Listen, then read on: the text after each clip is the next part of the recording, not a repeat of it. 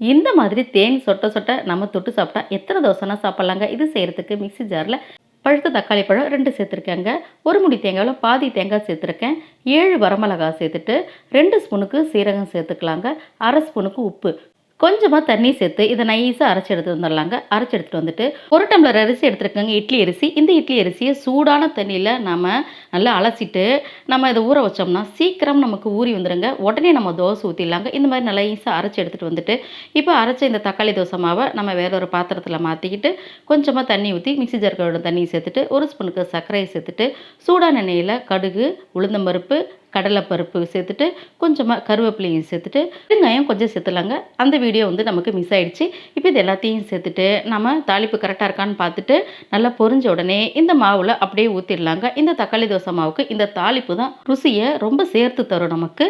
இப்போ இந்த தோசை மாவு எப்படி இருக்கணும்னு பார்த்தீங்கன்னா, ரவா தோசை நம்ம ஊற்றுவோம் பார்த்தீங்களா, அந்த மாதிரி இருக்கணுங்க.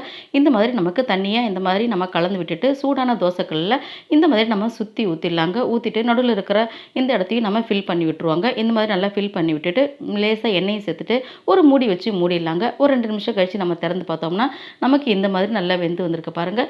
இப்போ இந்த தோசையை அப்படியே நம்ம திருப்பி போட்டுடலாங்க. ரொம்ப சூப்பராக டேஸ்ட்டு அவ்வளோ நல்லா இருக்குங்க.